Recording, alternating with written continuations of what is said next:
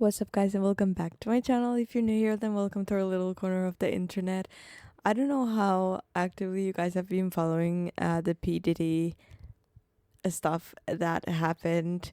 Basically, if someone doesn't know, it's a person from the music industry, very big in the music industry. Probably everybody knows who P Diddy is. And he was just found with some very questionable things, and now he is in prison for various reasons. But they made a documentary about him on Netflix. I actually did watch it. I wouldn't say it was bad. Like, the documentary itself, I don't think it was as how would you say it, violent in nature as the whole situation actually is. I'm not even sure if this is exactly the documentary that I watched or not, because now that I saw like the title, The Reckoning, I'm not sure. But this video is about 10 celebrities' reactions to Sean Combs' The Reckoning. So, to the documentary. Let's see what this video is about. Combs' legal team says Netflix is relying on stolen footage, even sending a cease and desist to the streamer ahead of its release, calling it a shameful hit piece. Welcome to Watch Mojo, and today we're looking at reactions from across the entertainment industry to the explosive Netflix docuseries Sean Combs' The Reckoning. Warning, some information contains distressing details. So I don't have a problem with any of this. Right. I really don't. Do not offend the wrong person. Marlon Wayans. I went to college with Puffy. Hang on. What were you saying? I knew Diddy when he was Puffy. Okay. Appearing on Los Angeles hip-hop radio station Real 92.3 FM, actor and comedian Marlon Wayans took a surprisingly cautionary take in response to Sean Combs' The Reckoning. It doesn't mean it's true. It doesn't mean it's true. Wayans, who has admitted to attending Diddy parties in the past, questioned the motives behind the Netflix series, specifically pointing to the decades-long feud between producer Curtis 50 Cent Jackson and Sean Diddy Combs. Wait, very true, actually. I said in the beginning of this video that it wasn't as violent as the actual situation was without knowing the situation, because obviously I'm not like P. Diddy's mom or anything. I do not know the facts. But from what I've heard, it gets pretty crazy.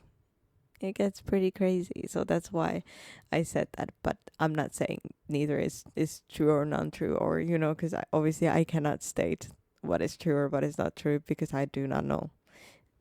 So 50 and Puff have a long-term beef. It's personal. It's Well, between. people are saying 50's wrong for doing it, but 50's right for doing it. It's divided. It's between him and Puff. He raised concerns about credibility when a storyteller is a longtime adversary of the subject, urging listeners to be cautious with narratives shaped by personal rivalry. He went so far as to warn, quote, "There's a karma to every action that you do." And 50's kicking a man when he's down. God is gonna. If 50 ever luck turn up on 50, you know, that you got to be careful what you put out. Alyssa Farah Griffin. He gets into some of. I think his response was very good, very non-controversial, kind of. Yeah. Okay, he's not picking sides neither, so that's good. You got to be careful what you put out. Alyssa Farah Griffin. He gets into some very high-profile unsolved crimes with very, very interesting and compelling new information. Mainstream morning television has also entered the conversation about Sean Combs' The Reckoning. And during the December 8th, 2025 broadcast of The View, co-host Alyssa Farah Griffin had plenty to say. She praised 50 Cent's work producing the series, calling it, quote, mind-blowing. She further commended him for his courage in giving a platform to voices that had otherwise been afraid to come forward. Wait, did 50 Cent make the documentary or what? What? And I commend his courage, because the thing you see throughout is how many people knew how terrible he was, what he was engaging in, but they were afraid to come forward. And 50 Cent's like, I'm just going to put it all out there and let the people decide. Griffin noted that even if legal justice wasn't fully achieved, his work ensured accountability, quote, in the public eye. She also joked in the segment that 50 was, quote, doing the Lord's work, and even suggested that he should be put in charge of the Jeffrey Epstein files, claiming he, quote, would get them all released within days. We need to protect him at all costs. I think if we put him on the Epstein files, he'd get them all released in days. He sure would. Charlemagne the God. Okay.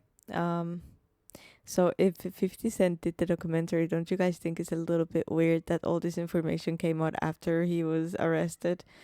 Like, why wouldn't you do it then before? I mean, if it was that bad. Okay. It's just, okay. Well, people are complex, though. I mean, and you know, yeah, he did contribute all of those things. And he did do some really foul things, too. So, you know, you have to deal with the complexities of all of that. Media personality Charlemagne the God weighed in on the Diddy docuseries on his radio show The Breakfast Club, dropping some characteristically sharp and unfiltered takes. Alongside his co-hosts, Charlemagne mocked Diddy's complaint about needing to, quote, sanitize after meeting fans. Oh, my God. I need some hand sanitizer. Hold on. I got it. I've been out in the streets amongst the people. He joked that it rang hollow coming from someone who's done far more X-rated habits without washing. Charlemagne also called out former... I don't like that. I mean, if you go out and touch many people, it's normal to want hand sanitizer. Like, it doesn't matter what you do, you know. Apart from that, I don't think that has anything to do, and that's kind of okay. And very odd argument, kind of. But yeah, okay. Bad Boy executive Capricorn Clark for claiming she wanted to, quote, protect the culture. He argued that she was not protecting hip-hop, but a, quote, culture of abuse. What culture are we protecting by protecting somebody like Diddy? You're not protecting hip-hop culture. What you're actually protecting is a culture of abuse. And that's what was the point of this documentary. You're protecting a culture of people who are driven by ego. He also noted the film's existence makes perfect sense given Diddy's long-running feud with 50 Cent, referencing Diddy's alleged pattern of sleeping with other men's partners. We do know enough of the back. We know the Diddy and the baby mama. Correct. Okay, right? yeah. And it's one thing if you with the baby mama, but if you're gonna taunt somebody about that, right? Do not offend the wrong person. Aubrey O'Day. Chloe, I understand you just got off the phone with Aubrey O'Day. What did she say? I did. Aubrey O'Day is someone that I've known for many years as a journalist. I've interviewed her. That's how I met her early on in my career. While not issuing an official statement, singer and songwriter Aubrey O'Day was described by NBC correspondent Chloe Malas as being, quote, very emotional during a phone conversation about the documentary. She did give me permission tonight to share with everyone that she was very emotional on the phone with me. She was crying. She was trying to catch her breath. She noted that O'Day was crying and unable to get her words out. In the documentary itself, Aubrey appears in harrowing moments, including one where the former Danity Kane singer reads aloud an affidavit. I had a lawyer reach out to me in regards to an affidavit that they had received from a person that was allegedly a victim, and that wanted me to be aware of something that she had seen. The document described a 2005 incident in which a female witness alleges that she accidentally walked into a room and saw O'Day being indecently assaulted by Diddy and another man. Aubrey looked out of it and was just lying there. Aubrey admitted that she has no memory of the alleged assault and says she, quote, doesn't want to know whether it happened. Waka Flocka Flame. Rapper Waka Flocka Flame delivered one of the most blunt and unfiltered reactions to Netflix's Sean Combs' The Reckoning. Posting on his social media shortly after viewing the 50 Cent-produced docuseries, Flocka declared, quote, I don't trust no celebrity. He went on to explain that he is thankful that he has never actively sought features or studio deals, suggesting the documentary reinforced his belief that fame can often mask hidden darkness and toxic behavior. Thank you. I'm not even hot no more. Nobody even requesting me. All this. I'm cinquenta. You showed me something, man. The reaction appeared to resonate. He's saying 50, you show me something, but yeah. I mean, I think the whole situation is pretty disgusting, honestly. I mean, everything does come out. It's also like, you know, you can't really trust anyone, especially when it comes to kind of this level of fame and money and everything. Like, you know, we can't really know what happened or what didn't happen. But I do believe that there was some nasty stuff going on out there. I don't question that at all, honestly.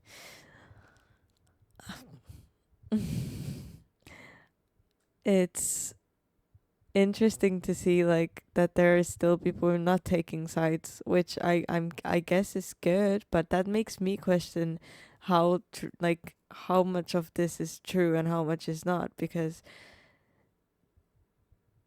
between celebrities they probably know each other enough to know if this is true or not. Widely, standing out. I don't know if that made any sense. Not for attacking any one individual, but for its frank condemnation of troubling celebrity culture. Hey. No excuses. Jaguar Wright. This is an extreme narcissist you're talking about. Former R&B singer Jaguar Wright, who spent years working in the same circles as Diddy, didn't hold back when reacting to the Netflix series on real-life street stars. Wright made it clear that she refuses to lump Diddy's alleged behavior in with hip-hop culture, calling it, quote, debauchery and, quote, animalistic. I know what hip-hop culture is, and it's none of this stuff that people are selling. She insists it ceased being hip-hop the moment outside forces realized they could manipulate the masses. Certain groups of people saw that they could use it to influence the mass public. Wright said she's been studying the series closely and was struck by what she viewed as Diddy's narcissism, particularly his decision to film himself extensively before his arrest. She also compared Diddy's behavior to that of a, quote, evil dictator, claiming his obsessive communication and self-documentation were tactics clearly meant to sway potential jurors. I must say that most people that get very, very, very successful or are kind of in a position to like dictators, basically, many are narcissistic or have narcissistic traits at least, and very like charming and everything, but it's just, I don't know why, but often people that are very successful have some type of underlying narcissism or something like that, which is weird. But then again, I guess it's understandable, but it's not good when it becomes destructive like this. I mean, I don't think narcissism is ever a good thing, because you can't go about life not taking responsibility for your actions. But yeah, it's just weird that most kind of dictators and even many presidents in the past and people that are like kind of doing good have narcissistic traits. Literally sat there and said, we need comms. You're sitting there talking like an evil dictator. Wayne Barrow, manager of the estate of late rapper The Notorious B.I.G. or Biggie Smalls. Wayne Barrow spoke out about claims from the documentary involving Biggie, including that Diddy made Smalls posthumously pay for his own 1997 funeral. He starts to see the price, and he says, we're gonna do the biggest funeral, but Biggie's gonna have to pay for this funeral. He was gonna make the funeral be a recoupable charge. In a statement to the Breakfast Club radio show, Barrow firmly denied the allegations, explaining that the funeral was fully covered by Diddy and his label, not the estate. He also made clear Janice Combs, who remained a visible supporter during Diddy's 2024 federal trial, has unsurprisingly stepped forward to publicly criticize Netflix's documentary on her son. In a statement to Deadline, Janice flat out called the documentary, quote, full of lies and fake narratives. She also strongly refuted a claim in the doc that suggested Diddy slapped her following a tragic 1991 stampede at a City College charity event. And I saw Janice question Sean. He's going into this music business thing. He just left school, and now this extreme tragedy has occurred. She's like, did he make the right decision? And I saw him put his hands on her. Labeling that portrayal, quote, patently false, Janice also accused former associates of exploiting a tragedy for personal gain and demanded a retraction, emphasizing that the film misrepresented not only Diddy, but also their family history. He's not looking back. Curtis 50 Cent Jackson. I hated him enough to hire his kids. And yeah, it's again, when there's people that are so close to him, it's kind of, we've never done anything to each other. So it's just competitive energy and things that you say about other artists while you're in hip-hop culture. As executive producer of Sean Combs' The Reckoning, Jackson has spoken publicly in multiple interviews about why he felt compelled to bring the docuseries to life. He explained that if he stayed quiet, many would take it as the hip-hop community quietly condoning Diddy's alleged actions, something he refused to be part of. You know, if I didn't say anything, you would have... Honestly, that's such a valid excuse. Like, that's a very valid point. Actions, something he refused to be part of. You know, if I didn't say anything, you could assume that all of hip-hop culture is comfortable with his actions. The longtime Diddy troller emphasized that his goal was accountability rather than revenge, defending the documentary's production choices and the use of the controversial footage of Diddy in New York just days prior to his arrest. How did you get that footage of Diddy? I figure most journalists would not disclose their sources. He also emphasized that the series was intended to reveal who Diddy truly is. But, perhaps most surprisingly, he insists it is not personal. It's me. Man, I wish we could watch like documentaries together, like live. Is that an option, guys? Like, can we do that? That would be so cool to like watch like documentaries or longer stuff like live together. Maybe one day, but that would be so cool. I don't know if that's like possible or if that's like something that, you know, but being uncomfortable with him suggesting that he takes me shopping, or I looked at it like it was like a tester. Like, maybe you'll come play with me type of thing, right? And it's not personal. Before we continue, be sure to subscribe to our channel and ring the bell to get notified about our latest videos. You have the option to be notified for occasional videos or all of them. If you're on your phone, make sure you go into your settings and switch on notifications. Sean Diddy Combs. oh, sorry, I was thinking about the documentary stuff. I was supposed to wink at that point. Make sure to subscribe.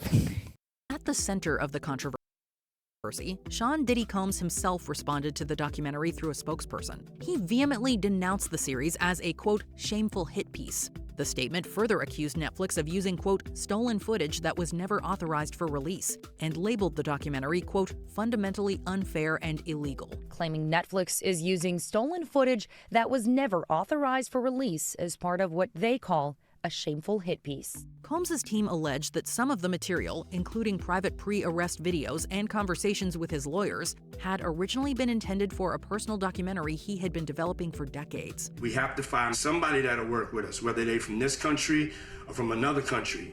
It could be somebody that has dealt in the dirtiest of dirty business of media and propaganda. They also emphasized that giving creative control to someone with a long-standing personal feud against Diddy was a betrayal, framing the doc as a manipulation designed to damage his reputation rather than a genuine effort to uncover truth. Yeah, I don't know if I've seen this documentary, honestly. I might not. I might mix it up with some like YouTube video I've seen. Because I do watch a lot of Netflix documentaries, but maybe not this one. Still in this movie, and I just know the ending, and that it's going to end happily ever after. Have you watched the Netflix docuseries Sean Combs: The Reckoning? What do you make of these celebrity reactions? Sound off in the comments below. Have you guys watched it? But yeah, I mean, yeah, okay, that was interesting. But I wonder what the situation is right now. I haven't really followed it so actively that I would know, but that was still interesting to see. I think that the 50s reasons for making that documentary are super valid though. I think it's super valid, but it's, yeah. I mean, it's a little controversial to do that, but okay. I mean, why not? Thank you guys for joining me for this video. I hope you liked it. Please leave a like, subscribe, and I'll see you guys in the next one. Bye!